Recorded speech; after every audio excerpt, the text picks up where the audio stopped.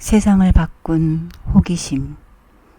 휠체어 위의 천재물리학자 스티븐 호킹 이야기. 영국에서 태어난 스티븐 호킹은 밤낮으로 책을 읽고 공부하는 부모님 밑에서 질문을 하며 자랐어요. 호킹 가족은 모두가 책을 읽느라 아무 말도 하지 않고 저녁 식사를 할 때가 많았어요. 어떤 날에는 오페라 음악을 크게 틀어놓고 볼통을 돌보거나 폭죽을 만들었어요. 여름날 밤이면 호킹 가족은 뒷마당에 들어누워 별을 바라보았어요. 스티븐은 라디오와 시계를 분해해서 어떤 원리로 돌아가는지 알아보는 것을 좋아했어요. 분해했던 것들을 원래대로 맞추어 놓는 건 재미없어 했지만요. 스티븐이 가장 좋아하는 장난감은 모형 기차나 모형 비행기, 모형 배와 같이 자기 마음대로 조종할 수 있는 것들이었어요. 12살 때 스티븐은 자기처럼 세상이 어떻게, 왜 움직이는지 묻기 좋아하는 똑똑한 친구들과 친하게 지냈어요. 스티븐과 친구들은 우주가 어떻게 시작되었는지, 그리고 다른 중요한 문제들에 대하여 오랫동안 토론했어요. 수많은 등장인물이 나오고 규칙이 복잡하고 어려운 자신들만의 보드게임도 만들어 함께 놀았어요. 수학 선생님인 디크란 다흐타의 도움으로 스티븐과 친구들은 보드게임에서 초보적인 수준의 컴퓨터를 만드는 것으로 발전했어요. 스티븐과 친구들은 시계와 낡은 전화교환기, 그 밖에 다른 재활용 부품들을 이용하여 간단한 수학 문제를 풀 수 있는 기계를 완성했어요. 대부분의 사람들이 컴퓨터가 무엇인지 알기 전인 1958년의 일이었어요. 다흐타 선생님은 스티븐을 물리학의 세계로 이끌어 주었어요. 물리학은 에너지와 운동, 시간을 연구하는 과학이에요. 스티븐은 입학 시험 공부를 열심히 하지 않았는데도 대학에 합격했고 물리학 과목에서 만점을 받아 장학금도 받았어요. 스티븐은 항상 자신의 성공을 다흐타 선생님에게 돌렸어요. 우리 각자가 살아가면서 무엇을 할 수 있는지에 대해 생각할 때 그 일을 할 수 있는 것은 아마도 선생님 덕분일 것입니다. 17살 때 스티븐은 옥스퍼드 대학교에 들어갔어요. 아버지와 어머니도 옥스퍼드 대학교를 다녔는데 그때만 해도 여자가 대학에 다니는 것은 흔치 않은 일이었어요. 다른 학생들보다 나이가 어렸던 스티븐은 처음에는 외톨이로 지냈어요. 스티븐은 학교 공부 대신 공상과학 소설에 푹 빠져 시간을 보냈어요. 수업 시간에 필기를 전혀 하지 않았고 교과서를 사서 강의 내용이 틀린 데는 없는지 확인만 했어요. 스티븐은 좋은 성적은 쉽게 받았지만 새로운 친구를 사귀는 것을 어려워했어요. 조정 선수가 인기가 많았기 때문에 스티븐은 조정부에 들어가기로 마음먹었고 거기서 자신의 능력을 꽃피웠어요. 몸집이 작은 스티븐은 노를 젓는 선수가 아니라 앞에서 배의 방향을 가리키는 키잡이가 되었어요. 스티븐은 18명의 건장한 선수들을 지휘하는 것을 좋아했지만 일부러 경쟁팀의 보드 쪽으로 노를 저어가는 선수들의 거친 행동은 참을 수가 없었어요. 그런데 무슨 까닭인지 배를 조종하기가 점점 힘들어졌어요. 항상 모든 걸 자기 마음대로 하고 싶어 하던 스티븐은 자기 몸 하나도 마음대로 하지 못하게 되었어요. 구두끈을 묶기가 어려워졌고 자꾸 말을 어눌하게 했어요. 계단에서 굴러 떨어지기까지 했어요. 이런 문제들을 비밀로 한 채 스티븐은 대학을 졸업했고 우주과학 분야의 고급 학위 과정을 공부하기 위해 캠브리지 대학원에 입학했어요. 어느 날 집에 온 스티븐은 어머니와 함께 스케이트를 타다가 넘어져서 일어나지 못했어요. 걱정이 된 부모님은 스티븐을 병원으로 데려가 자세히 검사를 받게 했어요. 몇 주 동안 스티븐은 여러 가지 고통스러운 검사를 받았어요. 검사 결과는 좋지 않았어요. 스티븐은 루게릭병으로 불리는 근위축성 척색경화증 진단을 받았어요. 이 병은 신경세포들이 파괴되면서 움직이고 말하게 해주는 근육은 물론 숨 쉴 수 있게 해주는 근육들까지 마비되는 병이에요. 21살 때 스티븐은 앞으로 2년밖에 살 수 없다는 말을 들었어요. 엄청난 충격을 받은 스티븐은 한동안 아무도 만나지 않고 오페라 음악을 들으며 혼자 시간을 보냈어요. 새 여자친구인 제인 와일드도 만나지 않았어요. 하지만 스티븐은 병원에서 같은 병실을 썼던 암으로 고통스럽게 죽어가던 어린 소년을 떠올렸어요. 세상에는 자기보다 훨씬 더 나쁜 상황에 놓여 있는 사람들이 있다는 것을요. 스티븐에게 기쁨을 주는 것은 머릿속에서 세계를 창조하고 탐구하는 일이었어요. 병이 뇌에는 영향을 미치지 않았기 때문에 스티븐은 그 일을 계속할 수 있었어요. 스티븐에게 일은 우주게임이란 게임을 하는 것과 같았고 다행히 스티븐은 여전히 게임을 할 수 있었어요. 스티븐은 자신에게 부족했던 점이 무엇인지 깨달았어요. 뒷날 스티븐은 말했어요. 루게릭병이라는 진단을 받기 전까진 나는 사는 게 너무 지루했습니다. 루게릭병은 스티븐을 더욱 창의적으로 만들어 주었어요. 나는 머릿속에서 우주를 여행하며 우주가 어떻게 움직이는지 상상해 보려고 노력해야만 했습니다. 스티븐이 일을 계속하게 된 또 다른 이유가 있었어요. 스티븐은 제인과 깊은 사랑에 빠졌고 제인과 결혼하기 위해서는 학위를 마치고 자신의 분야에서 직업을 가져야만 했어요. 스티븐은 말했어요.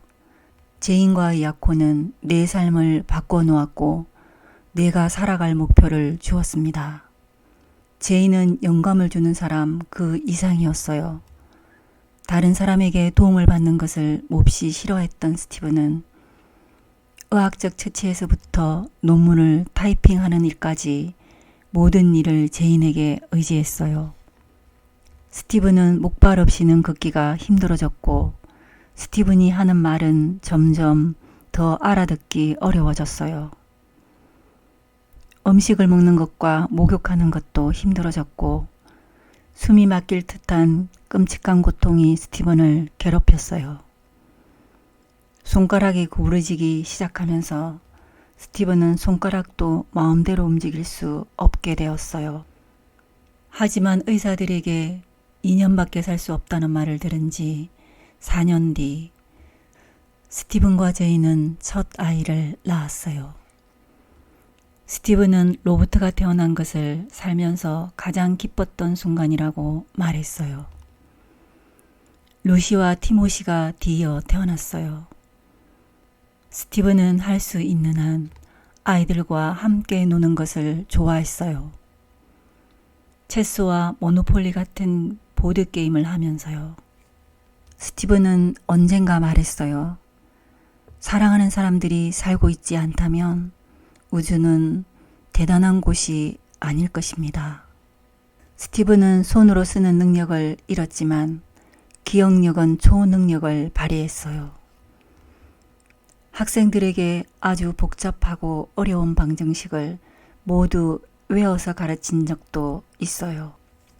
스티븐의 강의를 점점 더 알아들을 수 없게 되자 스티븐을 잘 아는 사람들이 옆에서 내용을 설명해 주었어요. 스티븐은 할 수 있는 한 매일 밤 힘겹게 계단을 올라가 혼자 힘으로 잠자리에 들 준비를 했어요. 천천히 한 계단씩 올라가느라 시간이 너무 오래 걸려서 그동안 머릿속으로 여러 가지 계산을 하면서 지루함을 달랬어요. 스티븐은 휠체어 타는 것을 계속 미뤄왔어요. 그러다가 1960년대 말에 어쩔 수 없이 휠체어를 타게 되었습니다. 31살 때인 1973년 스티븐은 첫 책을 냈어요. 우주가 하나의 점에서 시작하여 빠르게 팽창하면서 모든 것을 이루는 구성물질들을 어둠 속으로 내뿜었다는 것을 보여주는 책이었어요. 우리는 이것을 모든 시간과 공간의 시작인 빅뱅이라고 불러요. 하지만 스티븐은 자신의 책이 너무 어려워 읽기 힘들다고 했는데 실제로도 많이 팔리지 않았어요. 이듬해 스티븐은 별들이 죽을 때 생겨나는 신비한 장소인 블랙홀에 대한 새로운 사실을 발견했어요. 과학자들은 블랙홀이 그 안에 떨어지는 것은 무엇이든지 빨아들여서 아무것도 빠져나올 수 없다고 믿었어요. 스티븐은 블랙홀이 완전히 금지는 않으며 실제로 에너지가 방출되며 빛이 새어나올 수 있다는 사실을 발견했어요. 호킹 복사로 알려진 이 믿기 어려울 정도로 놀라운 발견에 대한 소식이 퍼지며 스티븐은 세계적으로 이름이 알려지기 시작했어요. 5년 뒤 스티븐 호킹은 캠브리지 대학교의 루카스 석좌 교수가 되었어요. 천재 과학자 아이작 뉴턴이 맡았던 명예로운 자리였어요. 그 행사의 하나로 호킹은 서류에 서명을 해야 했어요. 호킹은 아주 힘겹게 자기 이름을 썼는데 그것이 손으로 쓴 마지막 서명이었어요. 친구들과 학생들이 장애를 해결할 수 있는 장치를 만들어 주었지만 호킹은 더 많은 도움이 필요했어요. 1980년에 호킹은 마침내 전문 간호사들의 간호를 받기로 했어요. 간호사들의 도움으로 호킹은 더 많은 질문을 할 수 있게 되었어요. 간호를 받는 비용이 점점 더 많이 들자 호킹은 돈을 마련하기 위해 자신의 연구에 대한 책을 쓰기 시작했어요.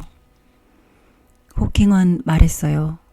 내 목표는 단순합니다. 우주가 어떻게 시작되었고 왜 존재하는지 우주에 대해 완전히 이해하는 것입니다. 이번에 호킹은 과학자뿐만 아니라 모든 사람들이 이해할 수 있는 책을 쓰기로 결심했어요. 책을 쓰는 건 몹시 힘들고 고통스러운 일이었어요. 다 쓴 원고를 다듬는 일도 그다지 즐겁지 않았어요. 마침내 시간의 역사, 빅뱅에서 블랙홀까지가 완성되었어요. 이 책은 최고의 베스트셀러가 되어 사람들을 놀라게 했어요. 사람들이 무척이나 알고 싶어하는 우주의 비밀이 한 권의 책에 모두 설명되어 있었어요. 호킹이 바라던 것만큼 이해하기 쉽지는 않았지만 사람들은 그 책을 갖고 있는 것만으로도 더 똑똑해진 느낌이었어요.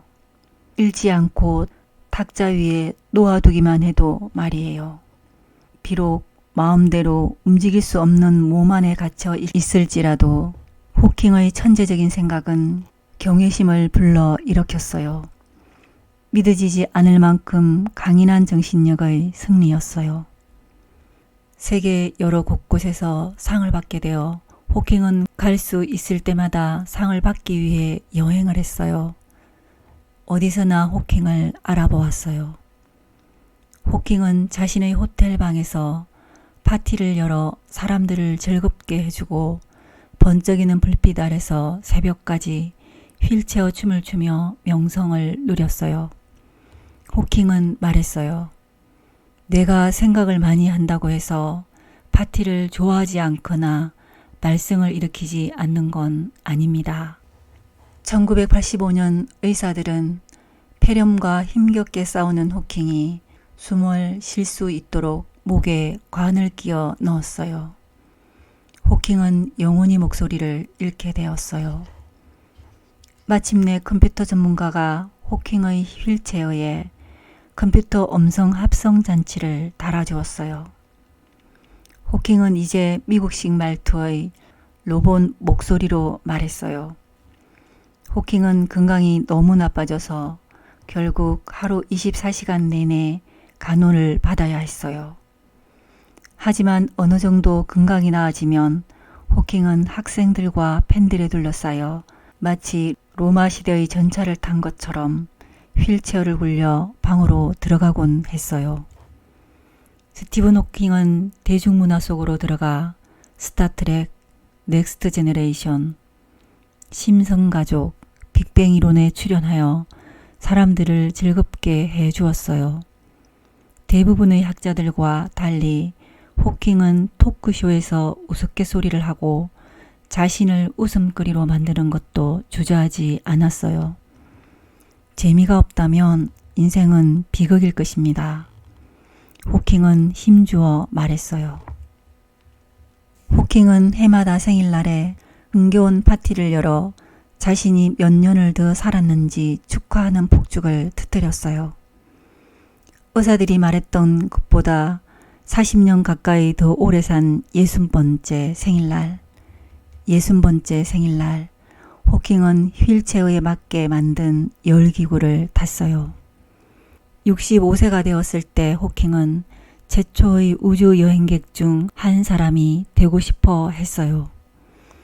플로리다에 있는 우주센터를 방문했을 때 호킹은 특별한 비행기를 타고 휠체어 없이 자유롭게 공중에 둥둥 떠다니며 무중력의 기쁨을 맛보았어요. 호킹은 외쳤어요. 우지야, 내가 간다. 그 뒤 2년이 채 안 되어 호킹의 몸은 거의 다 마비되었어요. 하지만 호킹은 변함없이 앞을 내다보며 다른 행성에서 생명체를 찾고 외부로 일을 하고 페이스북에 가입하여 여행을 하면서 느끼는 즐거움을 전했어요. 2011년에 호킹은 말했어요. 나는 죽기를 서두르지 않을 것입니다. 하고 싶은 일이 너무 많으니까요. 병원에 입원하는 바람에 호킹은 2012년에 71번째 생일 파티를 할 수 없었어요. 하지만 그해 여름 런던에서 열린 하계 장애인 올림픽 개막식에서 연설을 했어요. 우리는 모두 다릅니다. 하지만 우리는 똑같은 인간 정신을 가지고 있습니다. 73세가 되었을 때 호킹은 플루토 파티를 열었어요. 사람들은 모두 우주에 있는 천체처럼 꾸며야 했어요. 호킹 자신은 로마 신화에 나오는 지하 세계의 신 플루토처럼 꾸몄어요. 생일 때마다 하는 폭죽놀이를 시작하기 전 호킹은 파티에 참석한 사람들에게 우주 탐사를 후원해달라고 부탁했어요. 호킹은 끊임없이 질문하고 발견하고 사회정의와 세계에서 일어나는 일들 그리고 장애인의 권리에 대한 자신의 의견을 말했어요. 과학 기사를 쓴 지 꼭 열흘 만에 호킹은 76세의 나이로 집에서 평화롭게 숨을 거두었어요. 세계에서 가장 오래 산 루게릭병 환자 중 한 명이었어요. 호킹이 던진 질문들은 과학적 사고의 새로운 문을 활짝 열었어요. 그뿐만 아니라 질문에 대한 답을 찾으면서 호킹은 아무도 흉내낼 수 없는 자신만의 유쾌함으로 사람들에게 감동을 주었어요. 상을 받기 위해서 물리학을 연구하는 사람은 없습니다.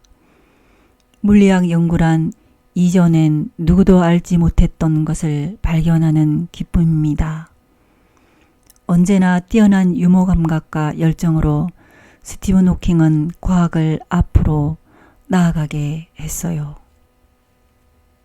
스티븐 호킹에 대하여 스티븐 호킹은 1942년 1월 8일 영국 옥스포드에서 태어났어요. 이날은 현대 물리학의 창시자인 갈릴레이가 세상을 떠난 지 꼭 300주년이 되는 날이었는데, 운명처럼 호킹은 우주 탄생의 비밀을 찾는데 평생을 바쳤어요. 호킹의 아버지는 옥스퍼드 대학교를 나와 열대병을 연구하는 의사이자 과학자였어요. 어머니 역시 옥스퍼드 대학교를 나왔는데 학구적인 호킹 가족은 모두 책을 읽느라 아무 말도 하지 않고 식사할 때가 많았어요. 어린 시절 호킹은 늘 호기심에 가득 찬 아이였어요. 학교 성적이 뛰어나진 않았지만 수학과 물리학을 좋아했고, 초보적인 수준이긴 하지만 친구들과 함께 컴퓨터를 만들기도 했어요.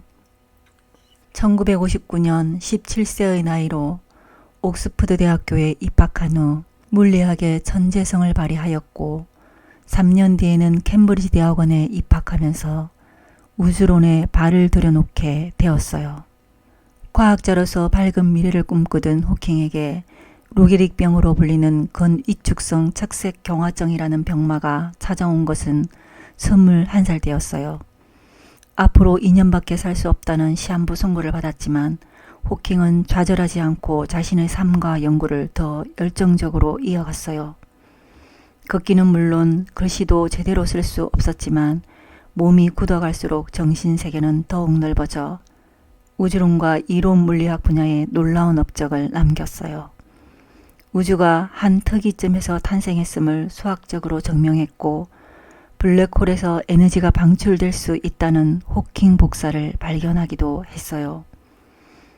병세가 더욱 악화되어 몸을 거의 움직이지 못하게 되고 1985년 폐렴으로 목소리를 잃어 컴퓨터 음성 합성 장치에 의존해야 했지만, 호킹은 신체적 고통 속에서도 삶에 대한 긍정과 유쾌함을 잃지 않으며 인간 정신의 위대함을 보여주었어요. 호킹은 2009년까지 30년간 캠브리지 대학교의 루카스 석좌 교수를 지냈고, 자신의 과학적 성과를 쉽게 풀어쓴 시간의 역사는 1988년 출간된 이후 지금까지 전 세계적으로 1000만 부 이상 팔려 많은 사람이 우주에 한 발짝 더 가까이 다가서게 해주었어요. 2018년 3월 14일 스티븐 호킹은 76세의 나이로 평화롭게 숨을 거두었어요. 이날은 위대한 과학자 아인슈타인이 태어난 지 139년이 되는 날이기도 했어요. 끝없는 호기심으로 삶의 마지막 순간까지 우주를 향한 질문과 생각을 멈추지 않았던 스티븐 호킹은 갈릴레이, 뉴턴, 아인슈타인과 어깨를 나란히 하며 역사상 가장 유명한 과학자 중 한 사람이 되었어요.